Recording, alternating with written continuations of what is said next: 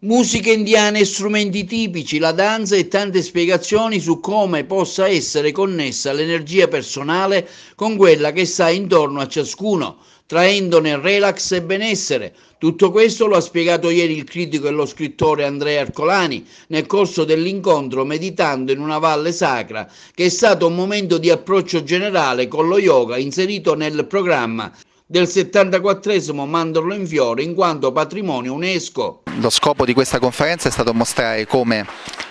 lo yoga non è qualcosa di strano, di esotico, ma è qualcosa di profondamente connesso alla nostra cultura, e quale luogo migliore che la Valle dei Templi per mostrare la connessione fra la cultura greca e latina e quella che è la tradizione di tutti gli archetipi della cultura orientale. La parola yoga vuol dire unione a livello di etimologia originaria, quindi lo yoga è in realtà la connessione, l'unione della nostra energia interiore con l'energia attorno a noi.